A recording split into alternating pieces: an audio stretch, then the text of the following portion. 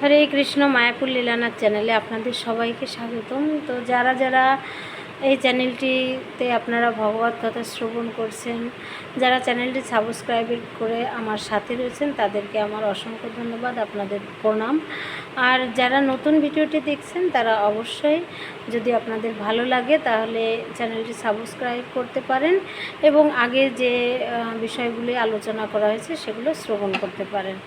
তো গত পর্বে আলোচনা করেছিলাম যে ধর্মের যে চারটি অঙ্গ, সত্য, শৌচ, তপ এবং দয়া, এই চারটি অঙ্গ যে 4 প্রকার পাপকর্ম নাকি আছে: আমিষাহার, দ্রুতক্রিয়া, অবৈধ সঙ্গ এবং নেশা। এই 4টি পাপকর্মের দ্বারা ধর্ম কীভাবে নষ্ট হচ্ছে বা আমরা নষ্ট করছি। তো আজকে আপনাদের সাথে আমি আলোচনা করব সেটা হচ্ছে যে আমরা এই যে এখানে জড়জগতে এসেছি, আমরা বিভিন্ন প্রকার পাপকর্মে লিপ্ত হচ্ছি। তো আমরা কোথায় ছিলাম, কেন আমরা এখানে এলাম, এই জড়জগতে আমরা দুঃখময় জগতে কেন এসেছি, আমরা দুঃখ কেন পাচ্ছি, এই বিষয়গুলো আমরা আজকে আলোচনা করব এবং এখান থেকে পরিত্রাণের উপায়টা কি সেটাও আমরা আপনাদের সাথে আমি আলোচনা করব। তো প্রথমত হচ্ছে আমরা কোথায় ছিলাম। আমরা হচ্ছে ভগবানের নিত্য অংশ, আমরা ভগবানের কাছেই ছিলাম। বলা হয়েছে একটা যন্ত্রাংশ, একটা যন্ত্র অনেক বৃহৎ, তার কিছু ক্ষুদ্র ক্ষুদ্র অংশ থাকে। তারপরে আর একটু যদি উদাহরণ দিয়ে সহজভাবে বলা যায়, সেটা হচ্ছে যে আমরা হচ্ছে অনুচৈতন্য, ভগবান হচ্ছেন বিভু চৈতন্য। তো যেমন একটা সাগরের জল কেমন লবণাক্ত, ঠিক সেই সাগর থেকে যদি 1 গ্লাস পরিমাণ জল উঠিয়ে নেওয়া আসা হয়, তো সেই জলটা কি মিষ্টি হবে না? সেই জলটাও কিন্তু লবণাক্তই হবে। তো গুণগতভাবে যেমন সাগরের জল আর সেই গ্লাসের জল গুণগতভাবে লবণাক্ত, কিন্তু পরিমাণগতভাবে সাগরটা অতি বিশাল আর গ্লাসের জলটা অতি ক্ষুদ্র। তো গুণগতভাবে ভগবানের সাথে আমরা এক, কিন্তু পরিমাণগতভাবে আমরা অনেক ক্ষুদ্র ভগবান থেকে। তো গুণগতভাবে এক কি, যে না আমাদের ভিতরে যে খারাপ গুণগুলো আছে ভগবানের ভিতরে কি আছে? না, সেটা নয়। তো এটা হচ্ছে একটা উল্টা প্রতিবিম্ব। ভগবানের ভিতরে যেটা আছে আমাদের ভিতরে সেটা আছে, কিন্তু ভগবানের ভিতরে আছে সেটা শুদ্ধ, আর আমাদের মধ্যে যেটা আছে, যেহেতু আমরা জড়র সংস্পর্শে আছি, তাই আমাদের মধ্যে সেটা আছে অশুদ্ধ অবস্থায়। তো আমরা কেন এখানে এলাম? প্রথমত আমরা কেন এখানে এলাম সেটা হচ্ছে কি বলা হয়েছে শাস্ত্রে, যে কৃষ্ণ বহির্মুখ হইয়া ভগবাঞ্ছা করে, নিকটস্থ মায়াতারে জাপটিয়া ধরে। তো ভোগবাঞ্ছা, এই যে ভোগের আকাঙ্ক্ষা, প্রথমত ভোগ আকাঙ্ক্ষার কারণেই আমরা ভগবান থেকে বিচ্ছিন্ন হয়ে পড়েছি। আমরা ভগবানের কাছে ছিলাম, কিন্তু ভগবানের যে অসীম ঐশ্বর্য, অসীম সৌন্দর্য, এটা আমরা অনেক সময় কি হয় যে ইচ্ছা করেছি যে আমিও যদি এরকম সুন্দর ভাবে সব কিছু ভোগ করতে পারতাম। তো যেহেতু ভগবান জীবকে কি ক্ষুদ্র স্বাতন্ত্রতা দিয়েছেন এবং ভগবান জীবের ইচ্ছাকে পূর্ণ করেন, তো সেই জন্য কী হয়েছে না, ভগবান তো তার ভগবত্তা ছেড়ে দিতে পারে না ক্ষুদ্র জীবের হাতে, কারণ ভগবান তো অসীম ক্ষমতাময়। তো সেই জন্য ভগবান একটা ব্যবস্থা করেছেন আমাদের জন্য, ভোগের ব্যবস্থা, ভোগের জায়গা, সেই জায়গাটা ভগবান ব্যবস্থা করেছেন এবং এখানে দুঃখ কষ্টটা রেখেছেন যাতে আমরা বুঝতে পারি যে আসলে আমি পরম ভোক্তা নই। সেবাতেই আমাদের আনন্দ, ভোগে আনন্দ নয়। তো ভগবানের থেকে আমরা বিচ্ছিন্ন হয়ে এই জগতে কিছু ভোগ করি, আর সেই ভোগ করার পরে এই জগৎ থেকে যে দুঃখটা আমরা পাই, কষ্টটা আমরা পাই, এটাও ভগবানেরই আয়োজন। তার ফলে আমরা কি না বুঝতে পারি। তো আমি এই বিষয়টা যদি আর একটু সহজ করে সুন্দর উদাহরণের মাধ্যমে বোঝাই, তাহলে আপনারা সুন্দরভাবে বুঝতে পারবেন। সেটা হচ্ছে যে যখন দেখা যাচ্ছে একটা পিতার 2টা সন্তান, একজন পিতার অনুগত, একজন পিতার অনুগত নয়। তো হয়তো পিতা অনেক সম্পদশালী, তো যে ছোট সন্তান সে হয়তো অনুগত নয়, সে বলছে কি যে না আমি আমার মতো করে চলবো, আমার এখন এইটা প্রয়োজন, ওইটা প্রয়োজন, হ্যাঁ, অনেক কিছু, এই গাড়ি দরকার বা দামি ফোন দরকার, অনেক কিছু দরকার আমার। তো বাবা তো সেটা দিচ্ছে না সব সময়, সে হয়তো সে উপযুক্ত হচ্ছে না, তাইতে বাবা দিচ্ছে না। তো সে বলছে না আমাকে এখন দরকার। তো তখন সে খুব জেদ করছে বা কিছু অনিষ্ট করার চেষ্টা করছে। তখন পিতা কি বললেন, যা ঠিক আছে নাও, আমার সম্পদ আমাকে বুঝিয়ে দাও, আমি সেটা যেভাবে পারি ব্যবহার করব। তো বাবা দিয়েছেন বুঝিয়ে। তো যেহেতু তার ভোগাকাঙ্ক্ষা, এবং ভোগাকাঙ্ক্ষাটা কীরকম না, পিতার নির্দেশ ছাড়া, আনুগত্য ছাড়া সে ভোগাকাঙ্ক্ষা করতে চাইছে। তো তখন সে কি করবে, তার সে ইচ্ছা মতো সেটাকে, যা সম্পদ পিতা দিয়েছে খরচা করবে।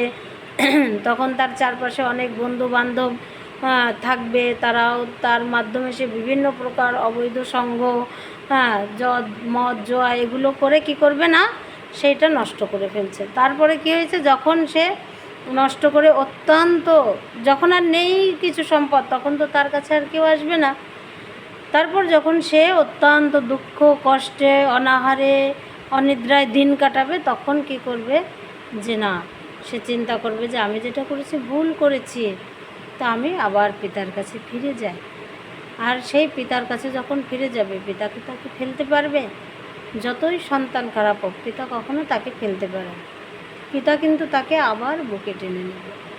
তো এইরকম ভগবানের থেকে কি করেছি না, আমরা কিছুটা স্বতন্ত্র হওয়ার চেষ্টা করেছি, আমরাও কিছু নিজ ইন্দ্রিয় সুখ ভোগ করার চেষ্টা করেছি, যার কারণে ভগবান আমাদেরকে এই ব্যবস্থা করেছে, জড়জগৎ দিয়েছে। ভগবান সব কিছু দিয়েছে এখানে, কত সুন্দর আলো বাতাস বায়ু, আমাদের খাদ্য আহার বস্ত্র সব কিছুর ব্যবস্থা ভগবান করেছেন। কিন্তু কি হচ্ছে না, আমরা ভগবানকে বাদ দিয়ে চলার চেষ্টা করছি। তো ওখান থেকে ভোগের আকাঙ্ক্ষায় আমরা এখানে এসেছি।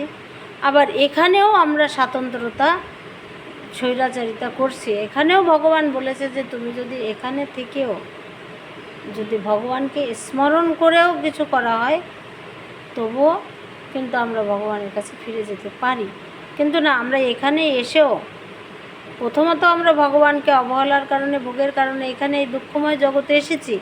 আসার পরেও আমরা বুঝতে পারছি না যে আমাদের কী করণীয়, ভগবানের কাছে ফিরে যাওয়া উচিত নাকি সেই ভোগাকাঙ্ক্ষা আমাদের বজায় রাখা উচিত।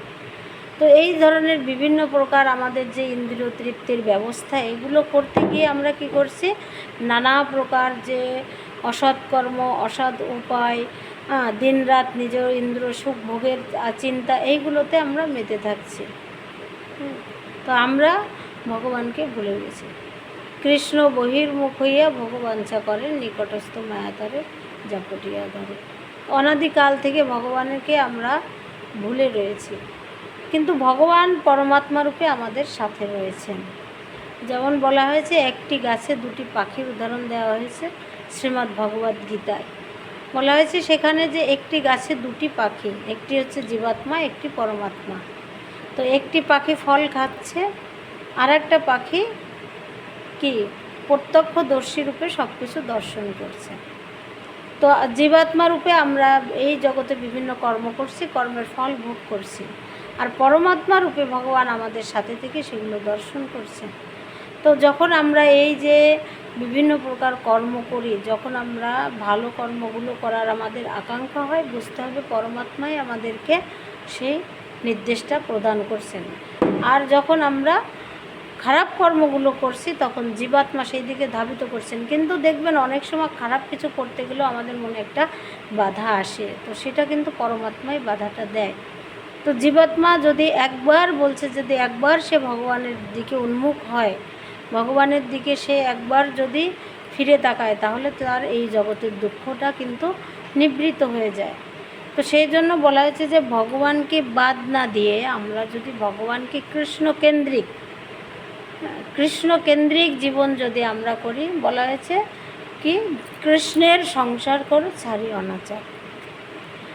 শুধুমাত্র আমাদের জীবন থেকে কয়েকটা জিনিসকে আমরা মাইনাস করি এবং কয়েকটা জিনিসকে যদি প্লাস করি, তাহলেই আমাদের জীবনটা অত্যন্ত সুন্দর হবে। আমরা ভগবানের মতো সেই সব কিছু ভোগ করতে পারবো, কিন্তু আমরা দুঃখ পাবো না।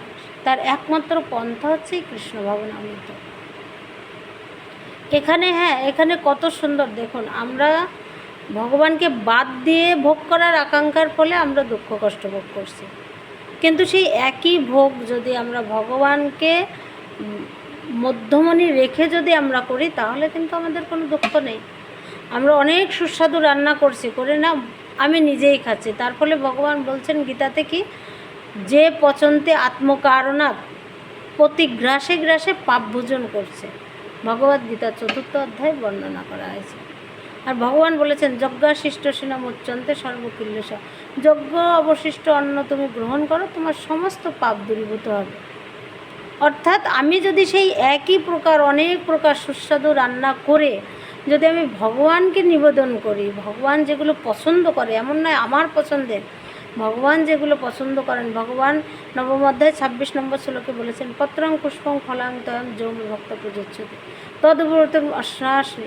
ভগবান বলেছেন যে এই উপহার ভগবান এটা গ্রহণ করেন, প্রীতি সহকারে যদি আমি দিই ভগবানকে, ভগবান সেটা গ্রহণ করেন। আর তারপর যদি সেইটা আমি গ্রহণ করি, ভগবান গ্রহণ করেন মানে সেটা ভগবান নিয়ে চলে যান না, প্রসাদটা সেটাই থাকে, বরং সেটার গুণগত মান, সেটার পুষ্টি, সেটার স্বাদ সব কিছু আরও বর্ধিত হয় যখন ভগবান সেটা গ্রহণ করেন। তো কি হচ্ছে না, সেইটা যখন আমি প্রসাদ রূপে পাবো, তখন কি হবে, আমাকে এই যে আমি ভোগ করছি ইন্দ্রিয় সুখ, আমার জিহ্বার যে লালসা সেটা আমি মিটাচ্ছি, তখন কিন্তু আমার কোনো পাপ হচ্ছে না, আর এই কর্মের ফল কিন্তু আমাকে ভোগ করতেছে না, উপরন্তু আমি কৃষ্ণ ভক্তি লাভ করছি। তাহলে পন্থাটা অত্যন্ত সহজ। আমরা এই যে দুঃখটা পাচ্ছি, এই দুঃখটা নিবৃত্তিটা অত্যন্ত সহজ যদি আমরা একটু আকাঙ্ক্ষা হই, যদি একটু আকাঙ্ক্ষিত হই। হ্যাঁ, আমি দামি ফোন ব্যবহার করতে পারি, ভোগ করতে পারি, তো দামি ফোনে আমি কি করব না, ভগবানের লীলা মহিমা শ্রবণ করতে পারি, তাহলে কিন্তু আমার সেটা খারাপ কিছু হচ্ছে না। আমি একটা দামি গাড়ি ইউজ করতে পারি, দামি গাড়িটা আমি ভগবত সেবায়, মন্দিরে যাওয়ার জন্য, প্রচারের জন্য, ভগবানের সেবাতে যাওয়ার জন্য ব্যবহার করতে পারি। আমি অনেক সুন্দর দামি আলিশান বাড়ি তৈরি করতে পারি, অনেক ডেকোরেশন করতে পারি, কিন্তু সেখানে আমি ভগবানের জন্য সুসজ্জিত একটি মন্দির যদি তৈরি করি, সেখানে যদি ভগবান থাকে, ভক্তরা আসে, হরিনাম হয়, তাহলে সেখানে আমার কোনো পাপ নেই, কারণ আমি ভগবানের সেবার জন্য সেগুলোকে ব্যবহার করছি। এবং সেই পন্থা জগৎগুরু ছিল প্রভুপাদ আমাদেরকে প্রদর্শন করেছেন। উনি দেখিয়ে দিয়েছেন যে না, ত্যাগ, সব কিছু ত্যাগ করে একটা ক্ষুদ্র বসন পরে বনে গিয়ে জঙ্গলে বসে হরিনাম করাটাই যে শুধু সেই পন্থাতেই যদি শুধু ভগবানকে পাওয়া যাবে বা ভক্তি হবে সেটা নয়, যুক্ত বৈরাগ্য, এটা বলেছে যুক্ত বৈরাগ্য। আমি সব কিছুতে যুক্ত আছি, কিন্তু ওই জিনিসগুলোতে আমার নিজ ইন্দ্রিয় আকাঙ্ক্ষা নেই, আমি ভগবানকে সন্তুষ্ট করার জন্য করছি। তাহলে কি হবে, আমাদের এই যে ভোগ বাসনা ধীরে ধীরে, আমি ভোক্তা, এই বাসনা ধীরে ধীরে আমাদের ভিতর থেকে নিবৃত্ত হবে, দূরীভূত হবে, এবং তার ফলে আমরা কি করব না, ভগবান সন্তুষ্ট হচ্ছে, আমরা ভক্তি লাভ করছি এবং আমরা আনন্দিত হচ্ছি। আমি যদি সব কিছু ব্যবহার করছি, তাহলে আমার নিরানন্দ কোথায়? মানুষ বলে ভক্ত হয়ে গেলে আনন্দ করার কিছু নেই, কিন্তু আমরা তো অতি আনন্দে, পরমানন্দ। জগতের মানুষ আনন্দ ভোগ করে, কিন্তু আমরা উপভোগ করি পরমানন্দ, কারণ ভগবান থেকে যেগুলো আসে সব পরমানন্দ। হয়তো দেবদেবের প্রসাদ, কেউ কী বলা হয়, প্রসাদ, ভগবানের যেটা সেটা মহাপ্রসাদ। অনেক মন্ত্র দুনিয়া পৃথিবীতে আছে, কিন্তু হরে কৃষ্ণ মহামন্ত্রটা কী বলেছে, মহামন্ত্র। তো ভগবানের সাথে যেগুলো যুক্তি সেটা মহানন্দ, পরমানন্দ আমরা উপভোগ করতে পারি যদি আমরা কৃষ্ণকে আমাদের জীবনে যুক্ত রাখি। তো কৃষ্ণকে কিভাবে আরও সরলভাবে, সহজভাবে আমরা আমাদের জীবনে যুক্ত রাখতে পারি, এই বিষয়গুলো নিয়ে আমি পরবর্তীতে আবার আপনাদের সামনে বলবো। যদি আপনাদের ভালো লাগে, কিছু জানতে ইচ্ছা করে, অবশ্যই আপনারা দয়া করে হরে কৃষ্ণ লিখবেন এবং কমেন্ট করবেন, আর যদি ভালো লাগে ভিডিওটি শেয়ার করবেন। সাথে থাকবেন। হরে কৃষ্ণ।